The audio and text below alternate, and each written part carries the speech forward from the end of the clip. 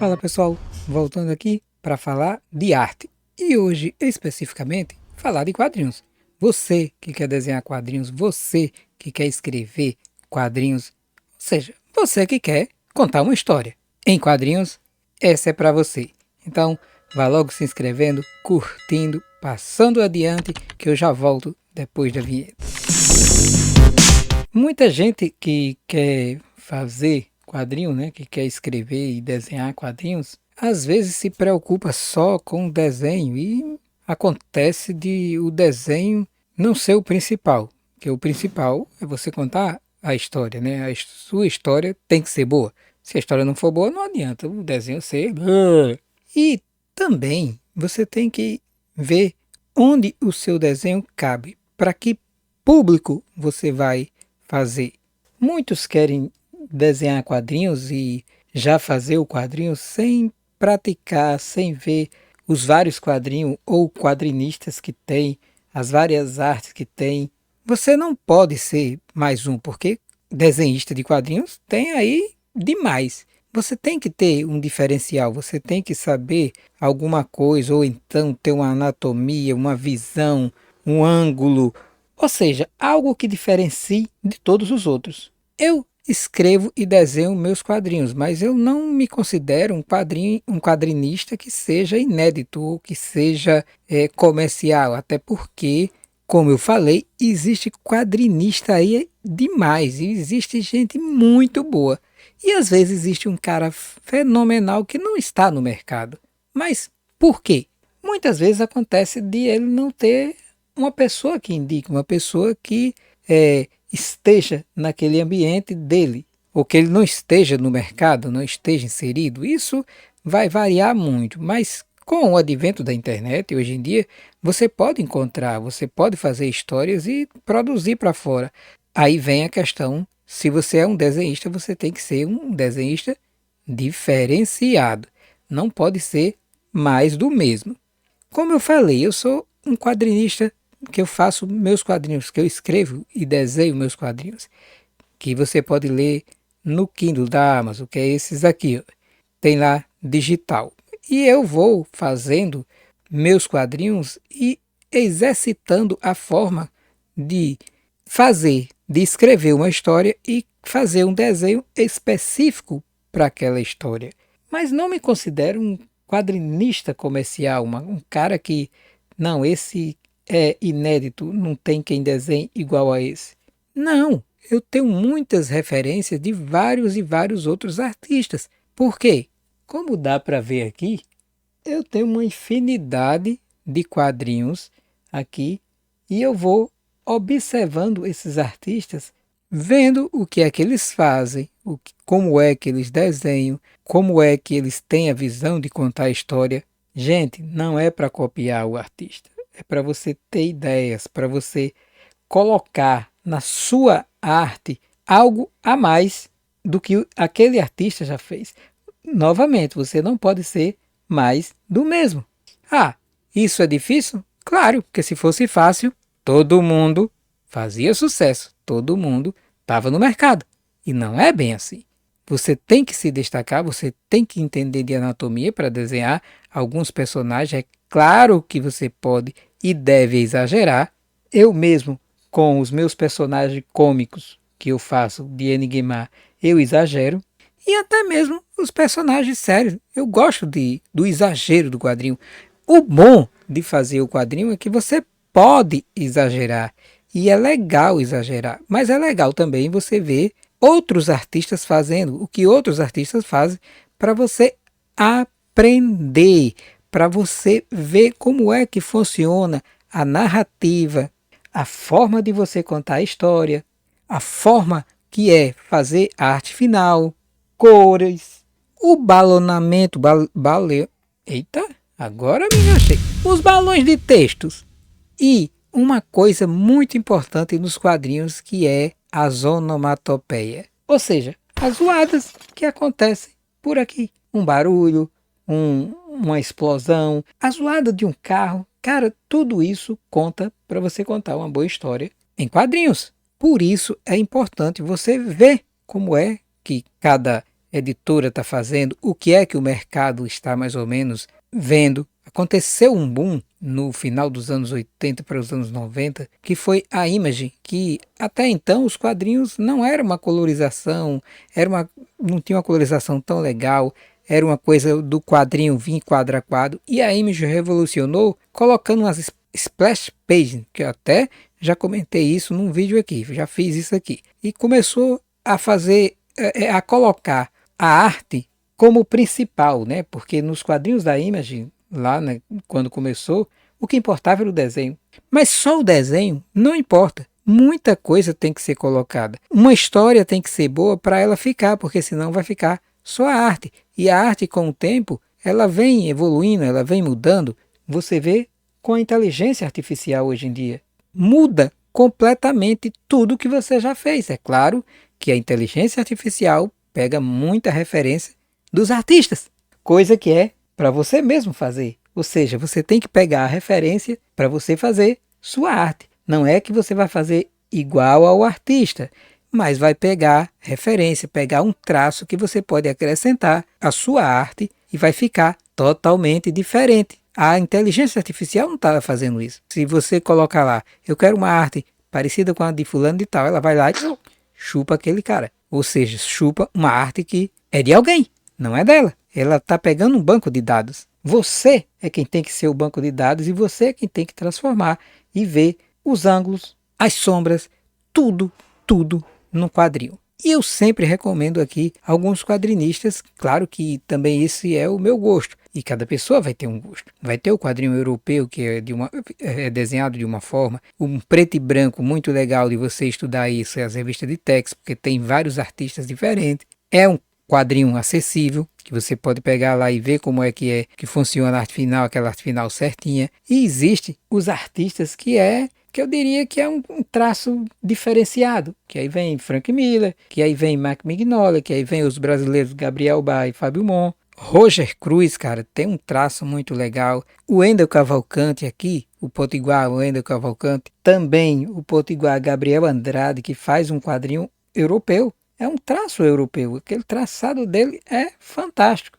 E um que eu vou citar aqui hoje é Geraldo Borges, porque ele tem pego essa coisa de você ver as referências dos artistas, como Frank Miller, como Eduardo Risso, e incorporar a sua arte e fazer com que ela seja única, que é o que eu vejo hoje na arte de Geraldo Borges, que é um artista brasileiro, está morando lá fora, mas é um artista que, cara, eu fico fascinado hoje em dia com a arte que ele está fazendo para o quadrinho. Recomendo vocês verem.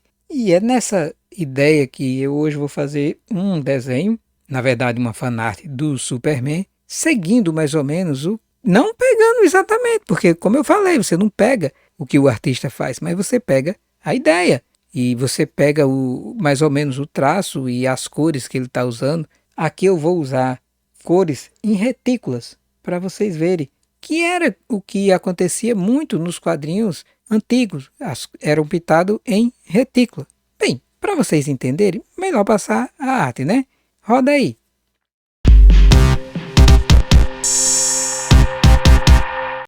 Pronto, olhe, eu desenhei esse Superman, né? Rascunhei num papel A4, passei aqui para o PC e quando eu digo passei, eu fotografei e vou fazer a arte final no PC, no digital, né? Usando uma mesa digitalizadora. Estou usando essa mesa e aqui eu vou fazer uma arte final em preto e branco primeiro, né? Para ficar, vou usar bastante risco e algumas coisas mais chapada, como vocês vão vendo, e depois colocar a cor. Mas aí aqui novamente eu volto para o que foi feito nos quadrinhos da Image, que era uma cor muito...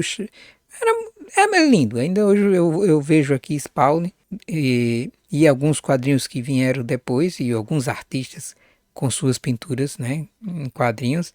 Eu não estou falando de Alex Ross, viu? Que Alex Ross é outro nível. Ali é pintura, uma mistura de várias técnicas e é muito real, então não estou falando nisso.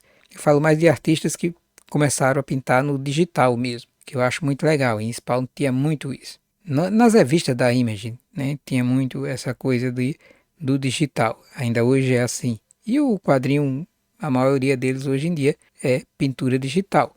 Até mesmo quem pintava à mão livre, hoje em dia vai para o digital e mescla mais ou menos o digital com o convencional, vamos dizer assim. Porque o digital dá para você criar pincéis que pareça com a arte convencional. Aí é questão de você ir aprendendo e fazendo e testando.